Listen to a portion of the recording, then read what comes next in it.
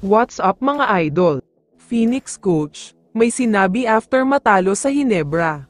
Pero bago mo sana ipagpatuloy ang panonood mo, ay huwag mong kalimutan na mag-subscribe bilang suporta sa aking YouTube channel. Maraming salamat idol. Padaanan lang muna sandali natin ang first game ng Friday doubleheader, bakbakan sa pagitan ng Converge Fiber Xers kontra sa Northport Batang Pier. Masyadong dominante ang ipinakita ng Converge sa laban na ito. Tinambakan nila ng malaking puntos ang Northport, kaya naman dahil sa pagkapanalo nila ay umangat sila sa standing, samantalang ang Northport naman ay nasa pinakababa at pinakadulo, tabla sila ng Terra Firma na 1-6 win-loss record. Hindi pa rin naglalaro para sa Northport itong si Arvin Tolentino, pero ayon sa mga source ay mukhang hindi na daw talaga siya maglalaro, dahil lilipat na siya ng ibang teams at ayaw na daw talaga niyang maglaro pa sa Northport. Samantala, lumipat na tayo ngayon sa naging laban ng Phoenix Fuel Masters at Barangay Hinebra.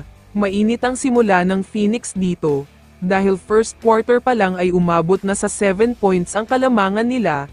Grabe ang shooting nila dito. Pero sa second quarter naman, sobrang init naman ang 3-point shooting ng Hinebra dito.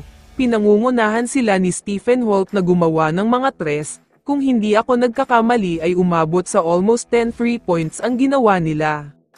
Pero sa pagtatapos naman ng quarter na ito, dalawang magkasunod na 4-point shot ang ginawa ni RJ Hassel, pero sinagot na naman yan ng Hinebra kaya 9 points pa din ang kalamangan nila heading to the third quarter. Napanatili nila ang kanilang mainit na shooting sa third quarter.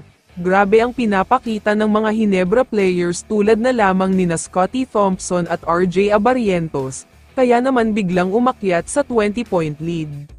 Sa fourth quarter naman ay gumawa ng mini run ang Phoenix, kung hindi ako nagkakamali ay naibaba nila ng bahagyaag puntos dito. Nagsimula na din kasi mahulog ang mga tira nila dito kaya akala nila ay may comeback pa.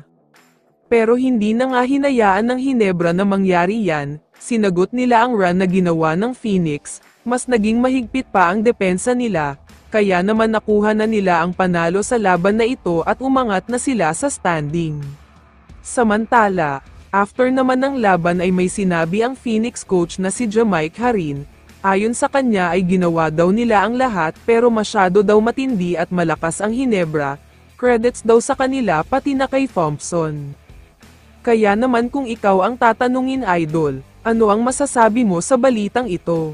I-comment mo naman ang sagot mo sa tanong na ito. So dito na nagtatapos ang video na ito. Maraming salamat sa pagsuporta at panonood mga idol. Ingat at bye-bye.